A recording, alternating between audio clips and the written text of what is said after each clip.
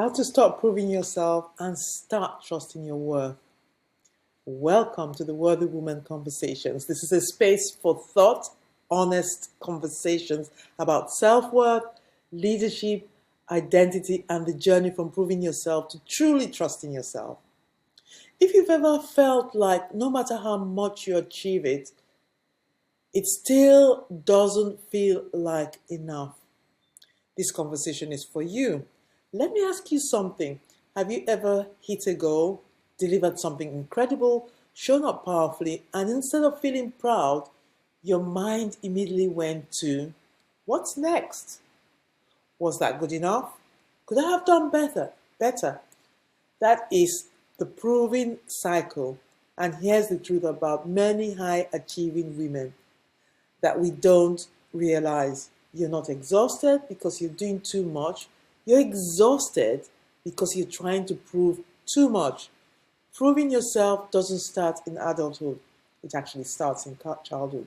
It starts from much earlier.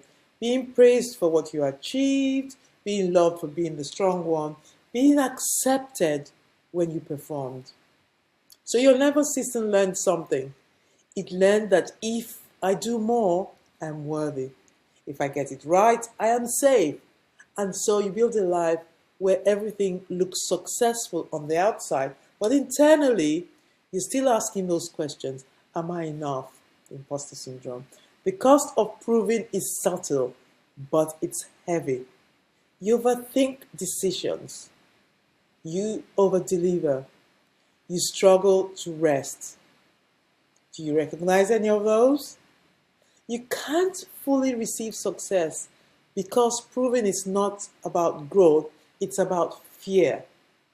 Fear of not being enough, fear of being found out, fear that if I stop, everything will fall apart.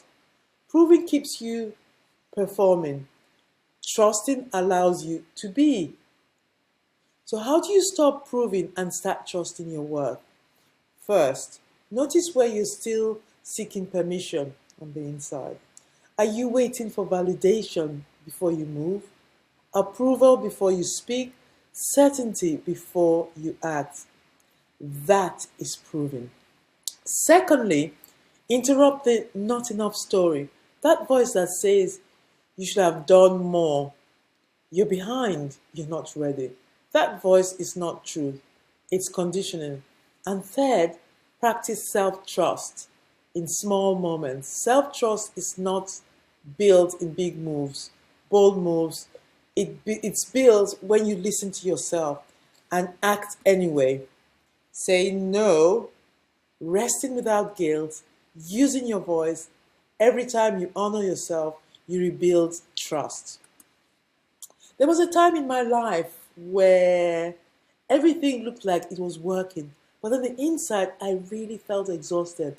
I had to build a life around being the strong one, the dependable one, the one who holds everything together. And what I didn't realize is that I had tied my worth to how much I could carry.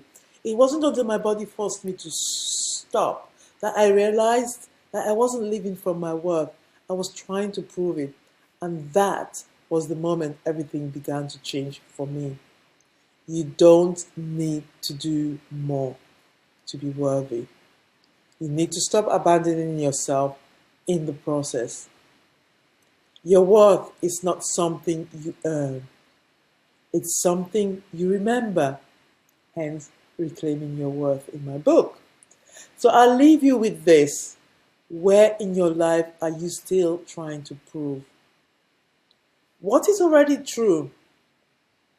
Is this resonated with you?